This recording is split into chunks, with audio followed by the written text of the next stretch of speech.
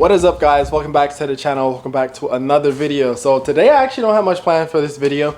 I was just kind of going to be going with the flow. I got to go get some E85 and EST. It is nighttime. But before we do that, before we head out to go get some gas, I want to show you guys updated parts that we got for the Nismo. So two things.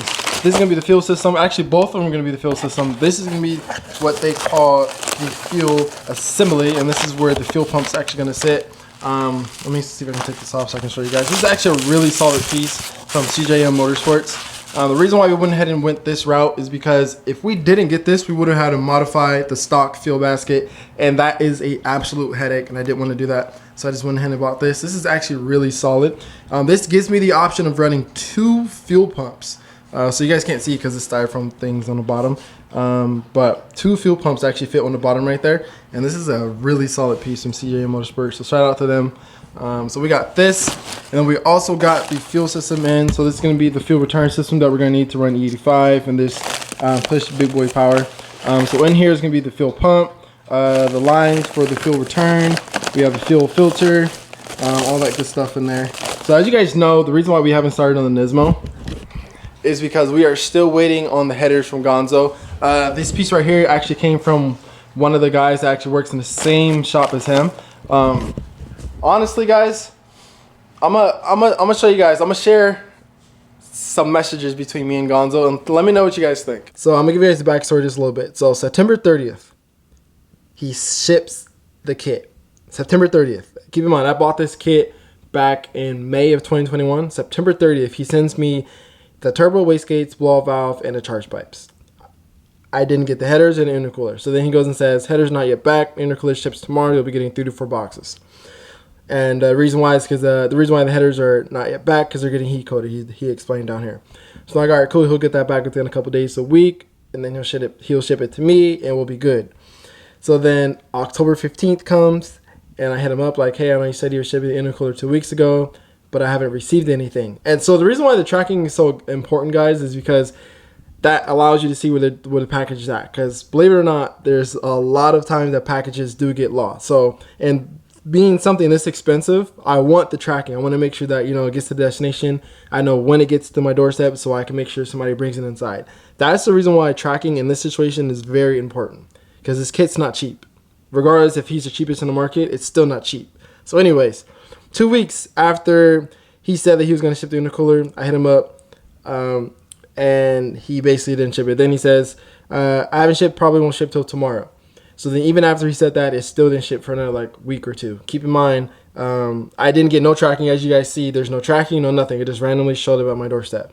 So I hit him up. I'm like, hey, all right, cool. You know, we got the intercooler with the kit. All we're waiting on is just the headers. Hit him up, no response. Then I hit him up. What is that? I don't know, 2 to 3 weeks later, asking for an update. And then he said he redesigned hot parts because I guess people were having troubles with it. I'll have yours out within 2 weeks. That was December 2nd. So me being understanding, you know, because I get it, there's a lot happening in this world. I was like, you know, all good, man. Are you busy? Blah, blah, blah. So then December 20th comes, hit him up 2 weeks later after he said he was going to have him out. No response. Hit him up again January 5th for any updates. No response. Then I put the little emoji like a couple days later. So technically there's 3 responses within like a week or so. And he did not respond to any of them. And then January 12th comes, and I'm explaining to him like, hey man, no, I'm saying in a nice way, I have a YouTube channel, I'm trying to get this content started, it should have been started, blah, blah, blah. So then he said, you know, working on the jigs, you know, people are having issues with it, I'll have it out mid-February. He said that January 12th. So I hit him up February 14th, which is right here. I hit him up February 14th asking for an update. And he said, yes, sir, shipping this week, 100% is what it says right here. And so I'm like, all right, sounds good. So then that Thursday from February 14th, which was last Thursday, he hits me up, you know, final test on all hot parts. You know, just want to make sure everything's good before I ship it out, blah, blah, blah. I was like, all right, looks good. Asked him, are we still aiming to ship this week? He said, yes, sir, that's the plan. I said, can you please send me the tracking? And so he didn't respond. So then I hit him up on Friday and asked him if he shipped it. Nothing. He said, I'll send tracking tomorrow. So basically he didn't ship it, right?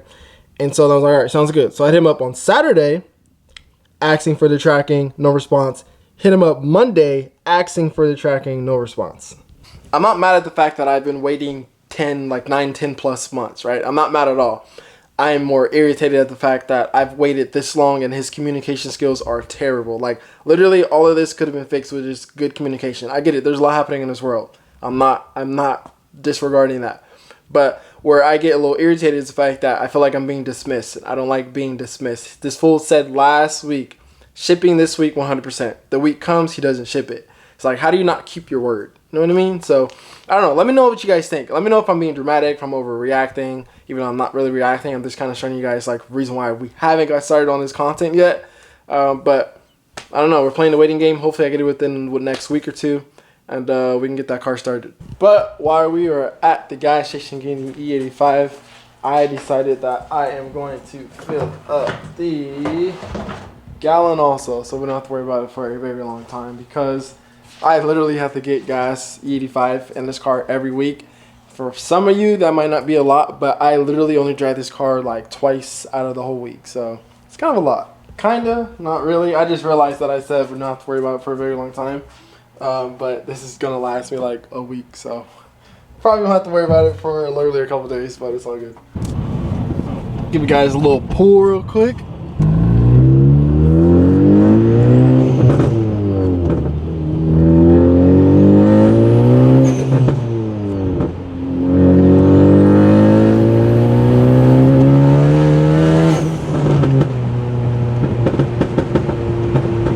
Traction, nothing major. This car's on 91 right now. I really don't like running 91 in this car for one major reason being the power difference. I would say too because of cooling properties, but it's actually it's winter, it's not summer yet, so it's pretty cold outside, so I don't have to really worry about that right now. But yeah, man, the power difference between E85 and 91 is extremely dramatic in this car. It's like when I'm in 91, I can literally feel like the power just cut off, versus E85 is like free flowing. And the closest E85 station to me is about 30 minutes away, which it doesn't really bug me, but I mean it would be nice I guess to have a closer one.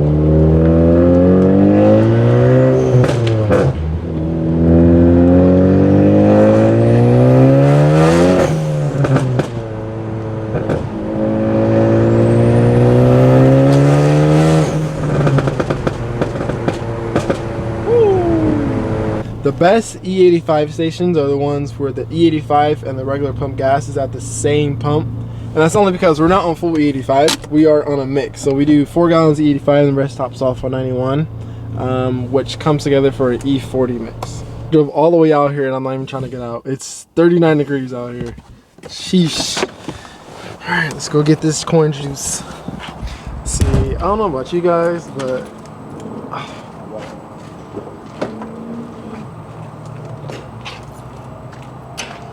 see, I don't know about you guys, but I kind of hate getting gas. It's always an inconvenience.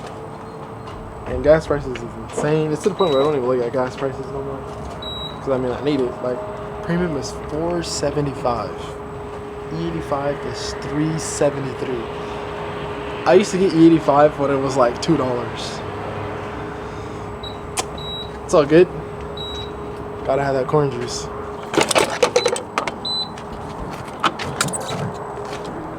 So we'll do 4, whoops, spilling the corn juice. So we'll do 4 gallons of this, and then we'll put 4 gallons in there. Try to get it on point. Never fails. Alright, let's do 4 gallons in here. Disregard my ashy hands. It's like negative 10 degrees out here. And then let's put 4 gallons in here.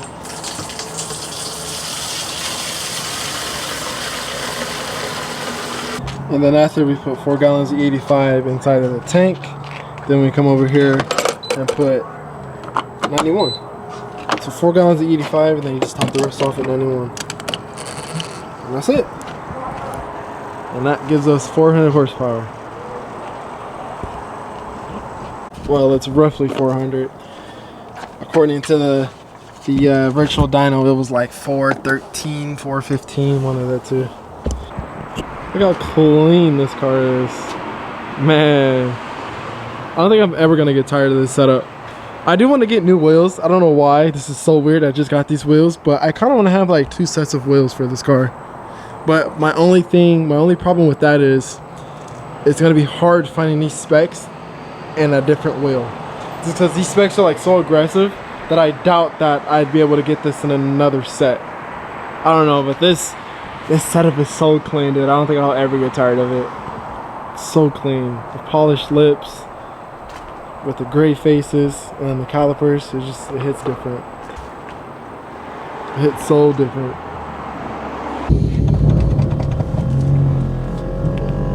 And every time after I get E85, I gotta switch to the E85 map, which is 2, and we're good.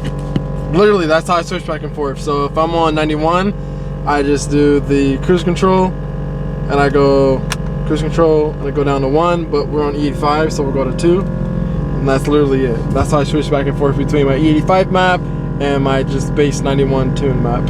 Uh-oh. I think that is a cop behind us. No bueno. Oh, that was a cop.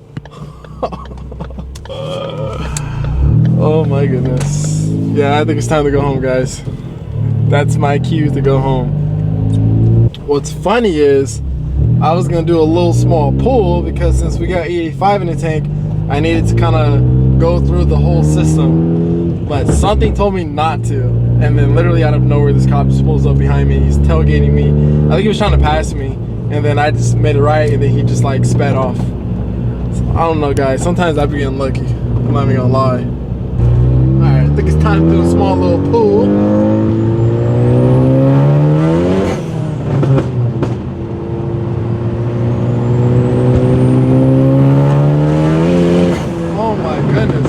Bro, the 85 is so nasty.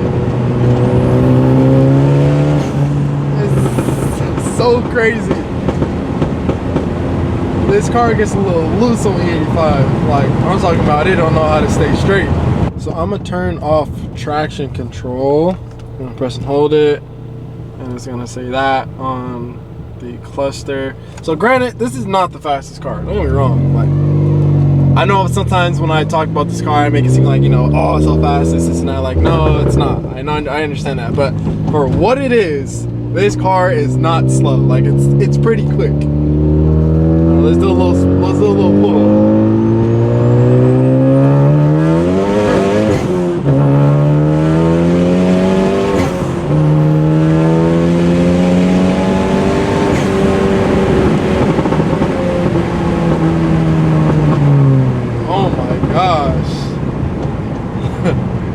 This thing is crazy.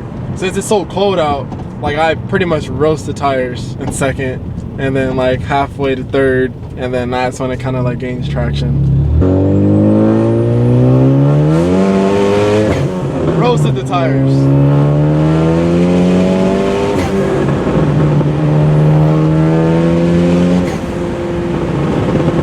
Oh my gosh. This thing's insane. Dude, I love this car. Like, I built this car so perfect. And when I say perfect, I mean like to my standards. Like every time I get inside this car and I do a pull, like it just makes me smile. It's so crazy. I think what makes this car feel so crazy is the torque. Like you literally feel when I let up off the gas, like just all that torque just gets released. But man, this car's, it's crazy, man. Especially with it being boost weather on the 85, man. Like it's to the point where I want somebody else to experience it just so they can see what I'm talking about. Like I'm not being dramatic. Like again, this car's not the quickest. I'm not saying that, but for what it is, this car pulls hard and it's fairly quick. I don't think warming these tires up is even an option right now. Like I'm just gonna roast them. Like watch, I'll do another pull in second gear. It's just gonna roast them.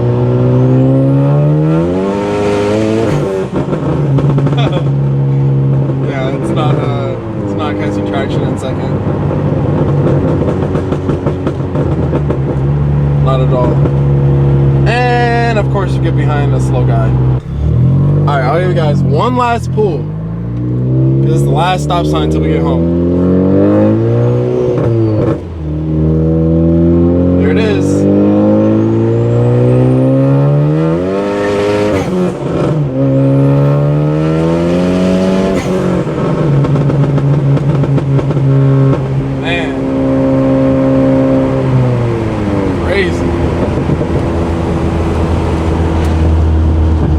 Yeah, I'd never be able to get rid of this car. No way. The wrong reason why I granny shift though is because if you guys remember a while back, we actually blew the sync roads out of this transmission. So that's one reason why I kind of granny shift.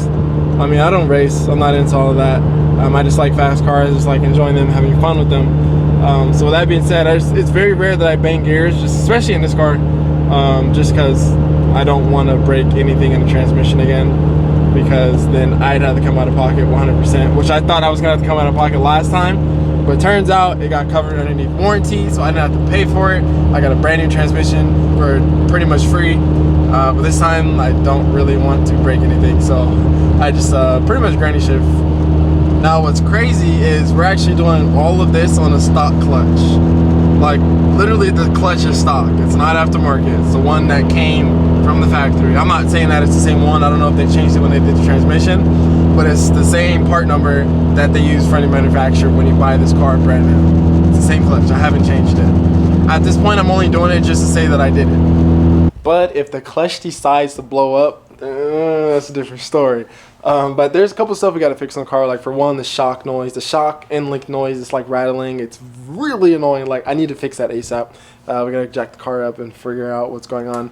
And then another thing is I only have one compressor working right now. I have two compressors, but only one's working. It's been like that for a while. For the longest time, I didn't know. But it's pretty much been like that since I got the car back from the dealership, I think. Because when they did the transmission work, they like disconnected a bunch of grounds and stuff in the engine bay. So I don't know. Something electrical was happening where I only have one compressor working, so I got to figure that out. But other than that, the car's perfect. Once I get done with the Nismo, we'll get that rear quarter panel fixed. But this is all that I have for you guys in this video. I know it's like a random video, but I will catch you guys in the next one. Peace out. Stay safe and stay tuned. No flex. I done dropped a couple bands on it, brand new Rolex. I can pop a couple bands on you, girl, you know that. When she get the poppin', I like way to go. We gon' get it poppin' on the radio. Turned down, now it's going down.